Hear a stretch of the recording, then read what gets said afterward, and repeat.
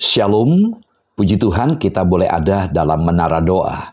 Sebelum saya menyampaikan firman Tuhan ini, saudara, mari kita bersatu dalam doa.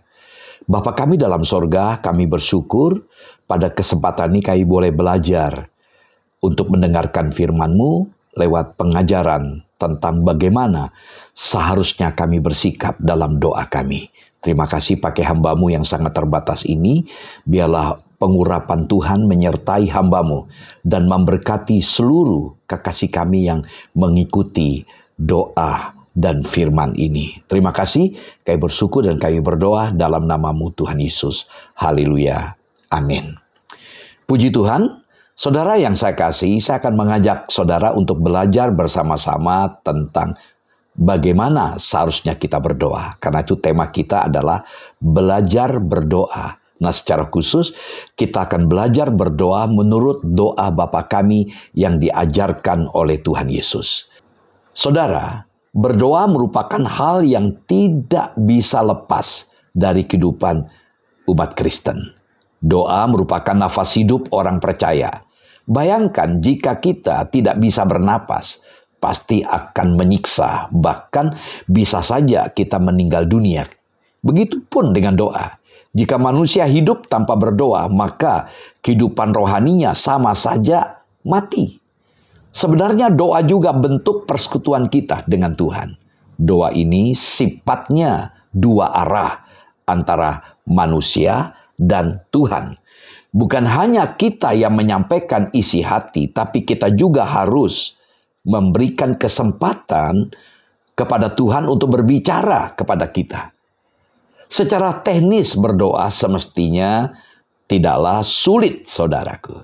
Misalnya, kita biasa ikut sekolah minggu. Di sekolah minggu, ketika guru kita mengajak kita untuk berdoa, anak-anak tutup mata, tundukkan kepala, lipat tangan, lalu kita berdoa. Ya, jadi bicara dalam hati, bisa diucapkan dengan mulut, gampang kan? John Calvin mengatakan doa adalah nafas orang Kristen. Jadi tidaklah sulit sebagaimana kita bernafas, ya kita bisa bernapas, begitulah doa. Nah masalahnya saudara, berdoa bukan melulu soal teknis, tapi ini menyangkut berkaitan erat dengan hati yang melandasi dan konsekuensi yang mengiringnya.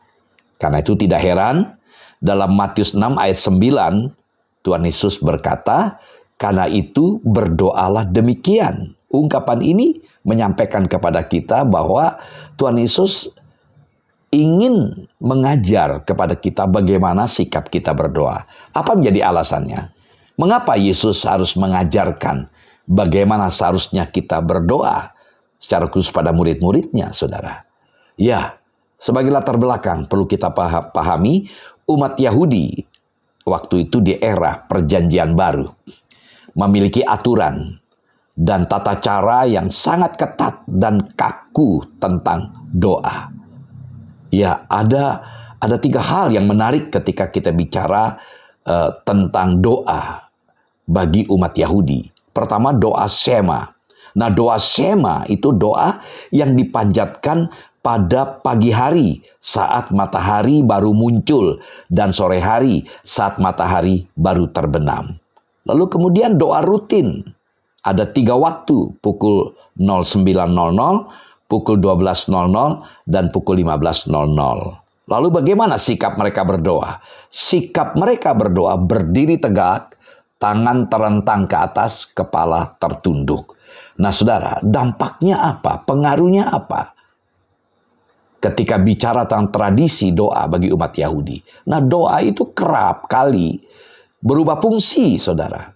Bukan untuk berkomunikasi dengan Tuhan Allah, yaitu tunduk, berserah dalam puji-pujian kepada Sang Khalik, tetapi justru untuk menarik perhatian orang-orang. Jadi berdoa itu dilakukan supaya orang melihat, supaya orang-orang banyak memuji. Ya, tujuan berdoa supaya mereka dipuji dan dikatakan sebagai orang yang saleh. Juga bisa disebut dengan apa? Pencitraan.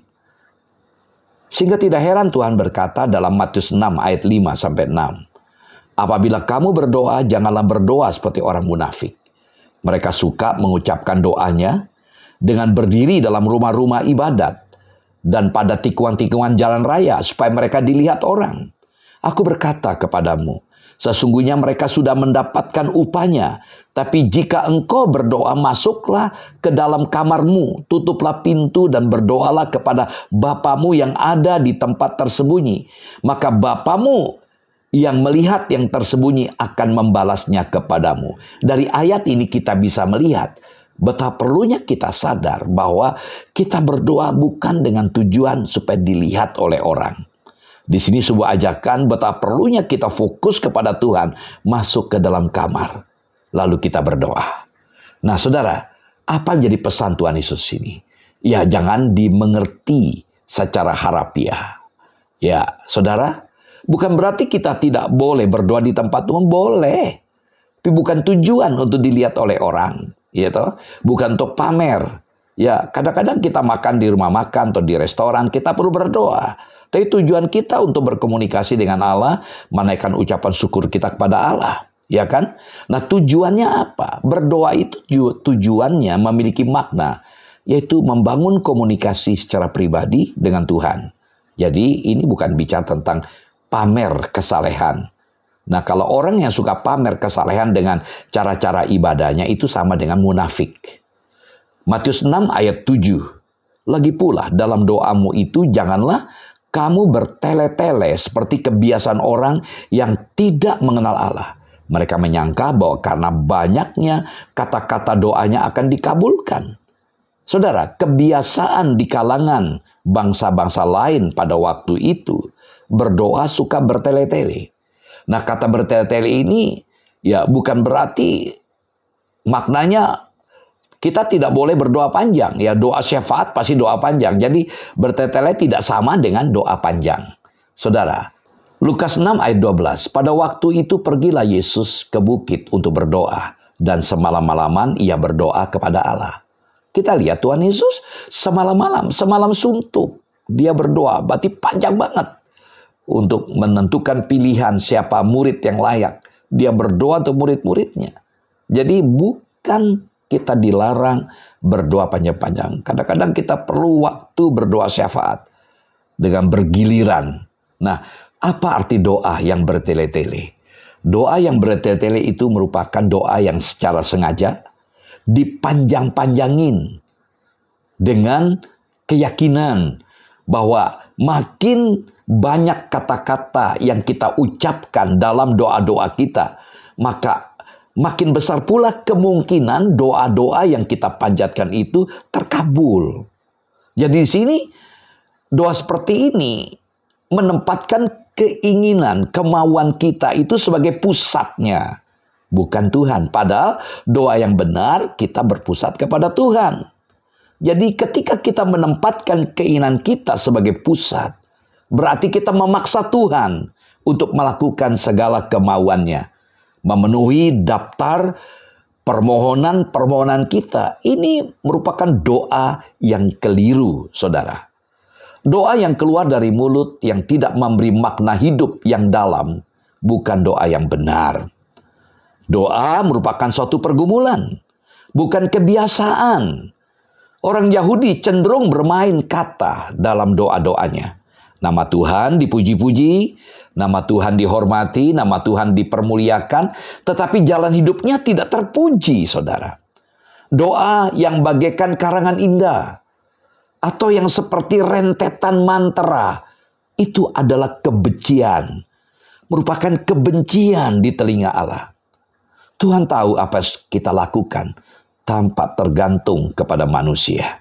Saudara, kita perlu mengembangkan hubungan kita dan Allah yang rahasia itu dengan pergi ke kamar, menutup pintu, dan berdoa kepada Tuhan. Artinya kita perlu menyediakan waktu, memberikan waktu yang adalah kesempatan dan tempat secara khusus, secara istimewa untuk berkomunikasi dengan Allah secara pribadi. Kita perlu beraudiensi, bertatap muka dalam doa kita, sehingga kita semakin mengenal Allah secara pribadi dan bukan sekadar mengenal tentang Dia. Di samping itu, saudara, kita pun perlu belajar prinsip-prinsip doa yang benar dan sikap-sikap yang harus kita miliki ketika kita menghadap Dia dalam doa. Saudara, seringkali kita memperhatikan hal-hal detail seperti panjangnya doa, atau kata-kata kita, atau bahkan kita berusaha, berupaya untuk menunjukkan tekad kita kepada Tuhan melalui kata-kata yang terdengar menyenangkan, tapi kita jarang benar-benar membuka hati kita kepada Tuhan. Sebagai contoh, kita biasa mengatakan, Tuhan, aku akan mengasihimu, mengorbankan diriku bagimu, dan seberapapun besarnya bahaya atau kesulitan yang kualami, aku tidak akan menyerah. Aku akan mengikutimu sepanjang umur hidupku. Atau, Tuhan, firman-Mu adalah pelita bagi kakiku dan terang bagi jalanku. Aku akan menaati firman-Mu dalam segala hal yang kulakukan dan memenuhi kehendak-Mu. Namun, ketika kita diperhadapkan pada kesukaran, kesulitan, dan kemunduran, atau ketika berbagai kesulitan muncul di rumah, di pekerjaan, di sekolah, di kampus, kita sering tidak dapat menerapkan firman Tuhan. Dan kita tidak punya keinginan untuk memenuhi keinginan Tuhan. Kita bahkan salah memahami Tuhan. Mengeluh tentang Tuhan, kehilangan motivasi, juga mengkhianati dan berjalan menjauh dari Tuhan. Jadi, saudara, doa Bapa kami ini bukan sekedar rumusan doa yang harus dihafalkan, tapi sebuah pola tentang bagaimana seharusnya saudara dan saya berdoa. Nah, melalui doa Bapa kami ini kita diingatkan akan prinsip-prinsip yang penting tentang doa. Pertama, doa bukan sarana untuk membawa orang kepada diri kita. Sebagai contoh, untuk membuat orang terkagum-kagum dan memuji kerohanian kita. Kita berdoa, orang lihat, memang hebat orang tersebut. Ya, kita dipuji-puji, memang orang itu saleh. Tidak begitu. Doa adalah sarana untuk membawa diri kita kepada Tuhan. Di mana di sana kita tunduk, berserah, takjub akan kasih dan kuasa Allah. Itu intinya. Yang kedua, doa harus berpusat kepada Tuhan. Tuhanlah yang menjadi subjek atau inti dari doa kita, bukan diri kita. Dengan segala permintaan dan keluhan kita.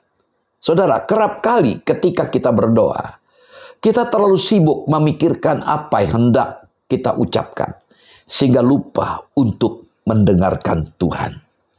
Saudara, yang ketiga, doa adalah sebuah pengakuan akan kedaulatan Tuhan, bahwa Tuhanlah sumber kehidupan kita.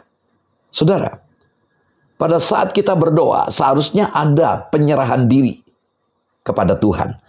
Sepenuhnya kita serahkan diri kita, bukan kehendakku yang jadi, melainkan kehendak-Mu Tuhan. Jadi jelas, doa bukanlah alat untuk memaksakan kehendak kita kepada Tuhan. Saudara, 1 Yohanes 5 ayat 14. Dan inilah keberanian percaya kita kepadanya, yaitu bahwa Ia mengabulkan doa kita, jikalau kita meminta sesuatu kepadanya menurut kehendaknya. Ada begitu banyak ayat yang mengajarkan kepada kita betapa perlunya kita berdoa datang kepada Tuhan. Sampai Yakobus berkata, kenapa kamu tidak mendapatkan sesuatu yang kamu harapkan? Karena kamu tidak berdoa. Bahkan Tuhan Yesus berkata, kita disuruh berdoa minta apa yang kita inginkan. Dan kita tahu bahwa Tuhan punya rencana, selalu punya rencana yang terbaik untuk saudara dan saya. Yakobus 4 ayat 3, atau kamu berdoa juga, tapi kamu tidak menerima apa-apa karena kamu salah berdoa. Sebab yang kamu minta itu hendak kamu habiskan untuk memuaskan hawa nafsumu. Jadi doa dengan memaksa Tuhan supaya Tuhan ngikuti apa yang kita mau. Nah, saudara, kita langsung pada poin kita. Kita perlu belajar menurut doa Bapa kami. Lukas 11 ayat 1. mengatakan demikian. Pada suatu kali, Yesus sedang berdoa di salah satu tempat. Ketika ia berhenti berdoa, berkatalah seorang dari murid-muridnya kepadanya, "Tuhan, ajarlah kami berdoa, sama seperti yang diajarkan Yohanes kepada murid-muridnya." Saudara, yang melatar belakangi permohonan murid-murid agar Yesus mengajarkan mereka berdoa adalah tindakan Yesus itu sendiri. Yesus berdoa. Mereka lalu meminta agar Yesus mengajarkan mereka berdoa. Ini penting untuk kita perhatikan. Ada apakah dengan doa atau kehidupan doa Yesus sehingga mereka terdorong untuk belajar hal berdoa dari Tuhan Yesus? Saudara, tentu ada hal yang sangat menarik dari yang mereka lihat tentang Yesus yang berdoa. Sehingga para murid meminta diajarkan untuk berdoa. Hanya doa yang hidup di dalam mana kemesraan, hubungan terpancar yang mampu membuat orang lain tertarik untuk berdoa. Jadi sebenarnya doa tidak dapat dipelajari seperti orang belajar ilmu. Doa juga bukan suatu metode yang dapat dikuasai melalui banyak latihan. Doa adalah relasi hubungan kita dengan Allah yang bertumbuh makin mesra sehingga menjadi sesuatu yang hidup. Saudara, Matius 6 ayat 9. Karena itu berdoalah demikian. Bapa kami yang di sorga, dikuduskanlah namamu. Jadi hal yang utama dan yang pertama dalam kehidupan Kristen itu adalah memberikan Allah kesempatan untuk berbicara kepada saudara dan saya. Hal yang utama dan yang kedua itu adalah kita harus berbicara kepada Tuhan. Kita harus berdoa karena tujuan terpenting dalam hidup kita tidak dapat dicapai tanpa doa. Apa saja yang terpenting dan yang paling perlu dalam hidup kita. Seperti sebuah perjalanan panjang, kita senantiasa berjalan ke depan. Apa tujuan hidup kita? Apa yang seharusnya menjadi ambisi utama kita? Saudara, doa Bapa kami bukan mantra atau hafalan. Ya, seringkali kita sepertinya hanya menghafal seperti mantra, bukan itu. Atau juga hafalan. Metode menghafal yang dipakai dalam proses belajar itu mengajarkan memiliki kelemahan tersendiri. yakni orang tidak diajar untuk memahami logika berpikir dan juga tidak dilatih kreatif dalam berpikir. Begitu pula dengan doa. Bila hanya diucapkan sebagai hafalan tanpa memahami maksud atau isi doa tersebut. Pada nats ini Tuhan Yesus menjelaskan fungsi doa dan mengapa ia menghendaki pengikutnya atau murid-muridnya berdoa dengan memanggil Allah itu sebagai Bapa. Saudara, William Barclay, seorang ahli Perjanjian Baru yang berasal dari Inggris, ketika diminta komentarnya tentang doa Bapa kami. Beliau katakan di dalam ungkapan Bapa kami yang di sorga, di situ terkandung intisari iman Kristen yang paling singkat dan padat. Jadi lewat doa Bapa kami kita bisa melihat apa menjadi inti dari iman Kristen. Lewat doa Bapa kami. Saudara, doa Bapa kami adalah doa yang hanya bisa diucapkan oleh orang yang sudah mengikat dirinya kepada Yesus. Jadi di luar Yesus nggak mungkin kita bisa berdoa dengan doa Bapa kami. Hanya orang yang ada dalam Tuhan, artinya orang sudah ditebus, yang mengalami penebusan, penyelamatan, pendamaian oleh karena kematian Yesus di atas kayu salib. Mereka lah yang bisa berkata Bapa kami yang di sorga. Saudara, kalau kita melihat dalam struktur penulisan dalam doa Bapa kami, ada dua permintaan yang ada dalam doa Bapa kami. Nah, 3 permintaan yang pertama dalam doa Bapa kami memiliki relasi yang erat dengan Allah dan kemuliaannya. Yaitu apa? Dikuduskan namamu, datanglah kerajaanmu, jadilah kehendakmu. Lalu 3 permintaan yang kedua itu berkaitan erat dengan diri dan kebutuhan kita, apa yang kita butuhkan. Nah, saudara yang saya kasih, Kembali kalau kita melihat membandingkan antara Lukas 11 ayat 1 dengan Matius 6 ayat 9. Kita coba melihat versi Lukas. Apabila kamu berdoa, katakanlah. Versi Matius, karena itu berdoalah demikian. Jadi kita melihat di sini, Yesus bukan memaksudkan agar mereka meniru doa ini. Kata demi kata ditiru, dihafal. Bagaimanapun juga beberapa permohonan di dalamnya merupakan pedoman untuk bersikap secara benar dan mengucapkan hal-hal yang benar ketika berdoa. Jadi pada waktu kita memanggil Tuhan sebagai Bapa, apa maknanya bagi kita?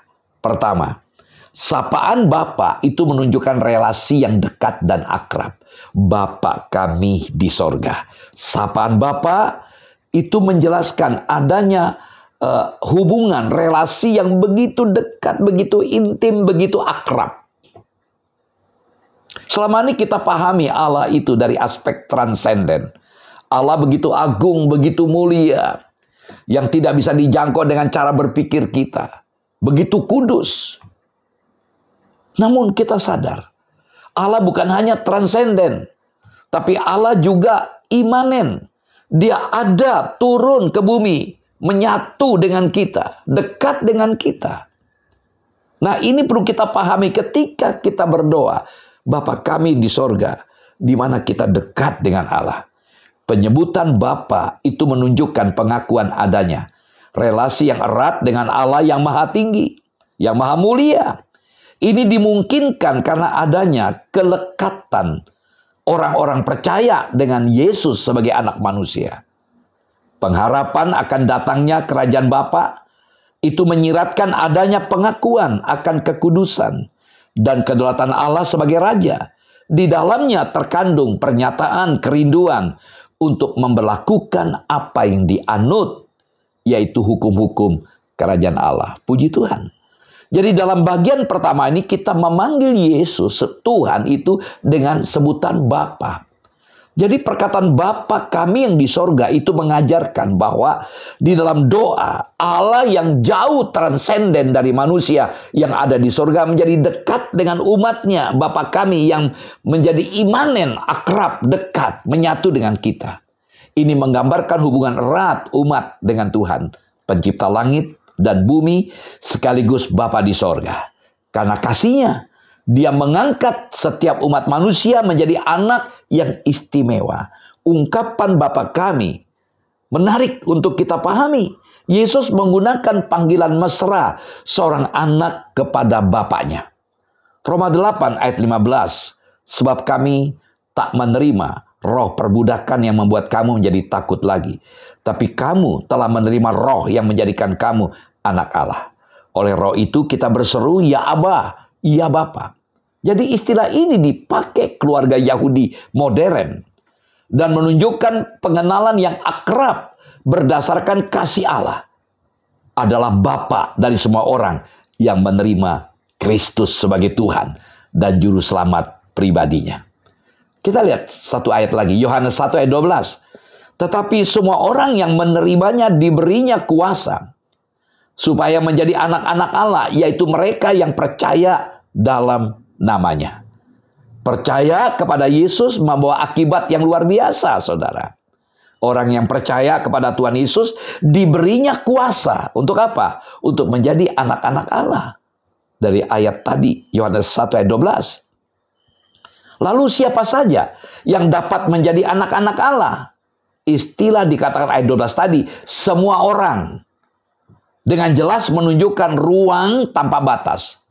Apakah dia kaya atau dia miskin, dia tua atau muda, laki-laki atau perempuan, kulit putih atau kulit hitam, semuanya dapat dipercaya pada Yesus. Tidak ada batasan gender atau suku untuk menjadi anak-anak Allah. Allah begitu mengasihi semua orang. Yang kedua, ketika kita berkata, Bapa kami di sorga, menyangkut relasi kita dengan sesama. Si Amir berkata, Bapa kami di sorga. Si Budi, Bapa kami dalam sorga. Si Andreas, Bapa kami dalam sorga. Ketika mereka mengungkapkan itu Bapa kami, berarti ketiga teman ini punya Bapa yang sama, satu. ketika kita sadar bahwa kita adalah saudara. Ya, kita punya Bapa yang sama. Bagaimana kita memperlakukan orang lain? Karena itu dalam doa Bapa kami kita perlu sadar. Ketika kita berkata Bapa kami dalam surga, jangan sampai ada kebencian yang belum diselesaikan. Jangan sampai kita masih menyimpan dendam, kemarahan, nggak ada artinya. Ya, kita ingin punya niat buruk kepada saudara kita, tidak benar. Jadi ketika kita berkata Bapa kami dalam surga, berarti kita siap menempatkan orang lain sebagai saudara. Kita punya Bapa yang sama. Yang ketiga, ketika kita berkata Bapa kami di surga, ini menyangkut relasi Anda dan saya dengan diri sendiri. Jadi kalau kita menyapa Allah sebagai Bapa, berarti kita adalah anak. Begitu berharganya Anda dan saya. Allah yang Maha Kuasa, itu Bapa kita. Kita adalah anak. Kita diterima, kita dihargai. Karena itu kenapa harus kita tersinggung ketika diperlakukan kurang baik oleh orang lain? Kita nggak perlu marah, kita begitu berharga. Kita punya Bapa, Bapa yang mengasihi kita. Jadi saudara, kita perlu berdoa menurut doa yang Yesus ajarkan ini dengan segenap hati dan menjadikan kebenaran di dalamnya model bagi doa-doa kita. Hubungan kita dengan Allah tidak dapat dilepaskan dari keadaan hubungan kita dengan sesama.